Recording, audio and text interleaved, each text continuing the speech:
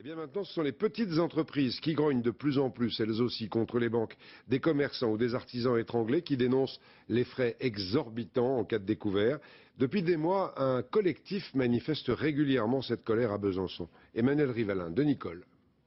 Ils sont entrepreneurs, commerçants et tous ont le même problème face à une banque devenue tout à coup impopulaire. On a tous la même histoire. On est tous en train de se faire étrangler par la banque. Il y a des entreprises qui ferment parce qu'il leur manque 1000 € de trésorerie. C'est quand même grave. Mais les banques prennent des frais, les accumuls de frais. Donc moi je suis Monsieur Paty Claude, j'ai 58 ans, je viens de Charente-Maritime avec mon épouse. Mon histoire personnelle, j'étais 25 ans chef d'entreprise. Suite un peu à la crise de 2008, je m'étais mis en redressement judiciaire et j'ai liquidé mon entreprise suite à des problèmes de santé en 2010.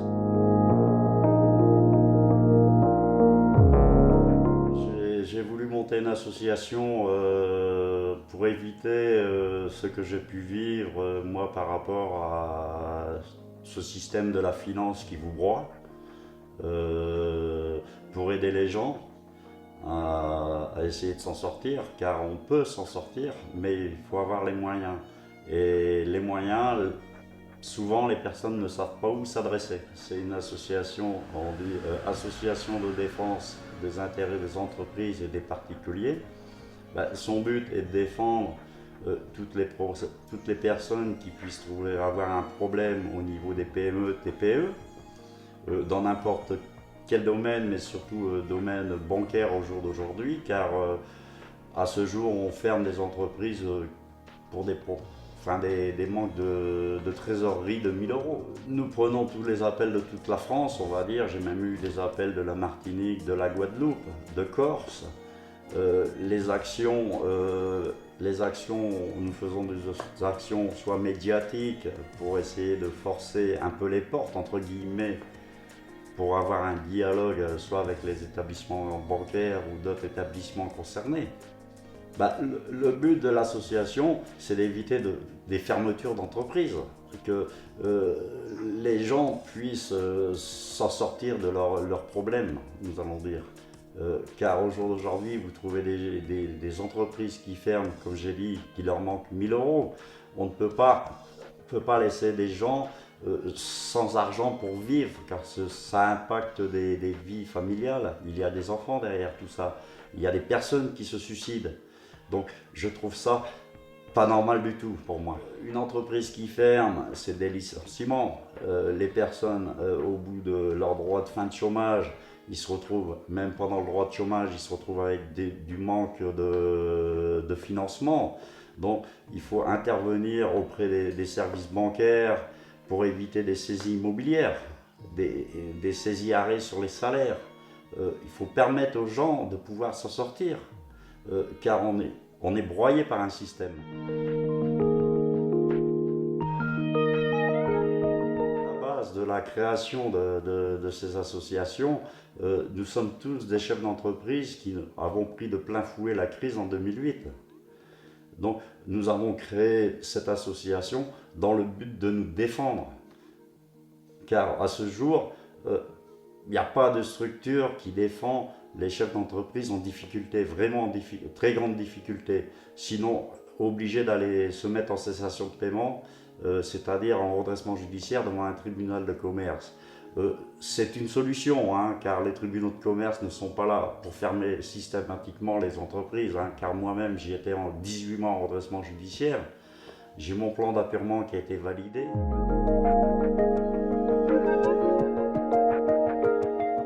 Mon action personnelle que j'ai fait en janvier 2010, suite à un refus d'une banque, BNP pour pas la citer, qui m'a reçu entre guillemets comme un chien.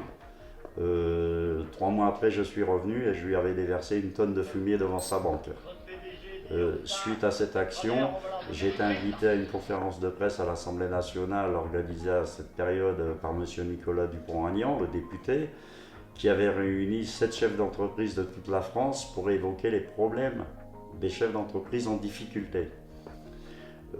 suite à ça, c'est à ce moment-là que cette première association en Dieppe avait été créée la veille. Hein, on a profité du médiatique, de cette entrevue journalistique pour monter cette association. Moi, par la suite, je suis intervenu plusieurs fois dans des meetings politiques.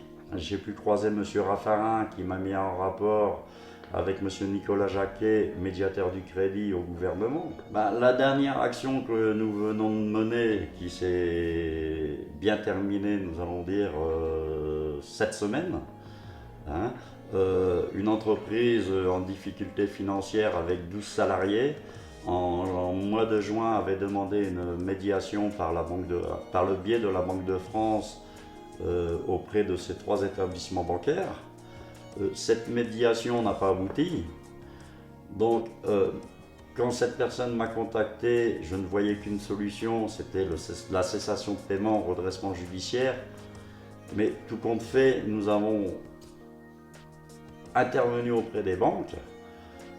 Nous avons pu avoir une réunion dans l'établissement bancaire principal qui, à cette première réunion a débloqué une partie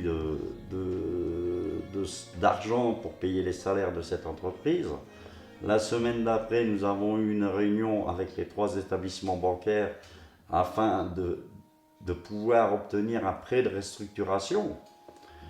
Bien sûr, sur cette affaire, le maire de la commune est intervenu aussi auprès de l'établissement bancaire. À cette finalité, cette entreprise a pu obtenir un plan de restructuration, un financement de restructuration de 150 000 € qui permet de repartir sereinement. Je pense que nous avons évité un redressement judiciaire, peut-être une liquidation judiciaire. Maintenant, la balle est dans le camp de ce chef d'entreprise, mais je pense sincèrement qu'il va s'en tirer.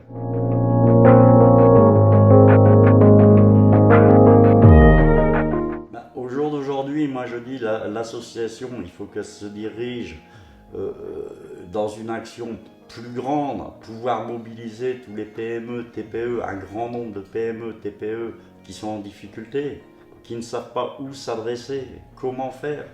Il faut créer un mouvement.